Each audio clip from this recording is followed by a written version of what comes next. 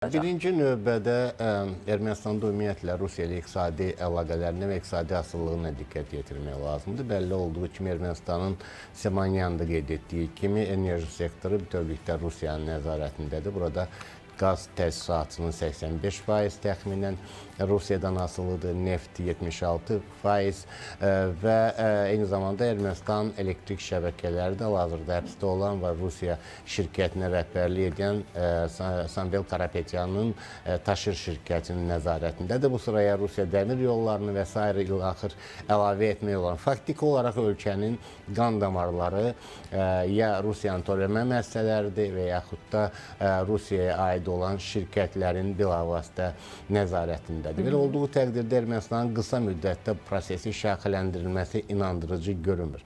Enerji sektorunun şaxələndirilməsi o zaman mümkün ola bilər ki, regionda kommunikasiyalar açılsın və eyni zamanda deməli Azərbaycan qazının Ermənistana verilməsi və yaxud neftinin Ermənistana verilməsi kimi imkanları yaransın. Bəlli olduğu kimi deməli İğdır-Naxçıvan qaz xətti şəkləndə belə bir ideya ortalığa atılmışdı ki, qazın geri dönüş imkanı da olacaq. Yəni kəmər iki istiqamətdə fəaliyyət göstərə biləcək. Əslində buradan da bir mesaj səsləndirilmişdi. Bununla yanaşı Zəngəzur dəhlizinin Tramp yolunun nəticə etibarilə multimodal dəhlizə çevrilməsi perspektivi də var. Amma bu perspektiv məsələlərdir. Hal-hazırda Ermənistan iqtisadiyyatının gəlirləri əsasən Avrasiya İqtisadi İttifaqından və Rusiyanın sanksiyalardan yayındırılmasına xidmət edən addımlardan ibarətdir. Və nəticə etibarilə bunun alternativi isə Avropa İttifaqının Ermənistana yatırımlarının gücləndirilməsi, yardımlarının gücləndirilməsi və regionda iqtisadi fəallığın içərisində Ermənistanın da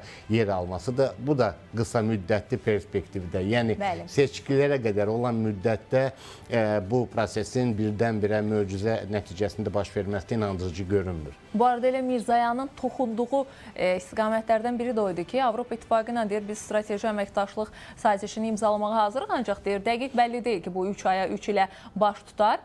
Ancaq bizim Avropa İttifaqı ilə əməkdaşlığımız o demək deyil ki, Rusiya kimi tərəfdaşımızı biz növ arxa plana atırıq. Bizim əzəl və əbədi əməkdaşlığımızı davam etdirəcəyimiz ölkə Rusiyadır kimi, bir növ Rusiyanın da könlünü almış kimi, bir növ geri addım atmış kimi də bir açıqlama verir. Ənənəvi bəyanatlar da, yəni mütəmadi olaraq Ermənistan Rusiya ilə iqtisadi əlaqələrini qorumağa və eyni zamanda Avropa İttifaqı ilə iqtisadi əməkdaşlığı paralel genişləndirməyə çalışır.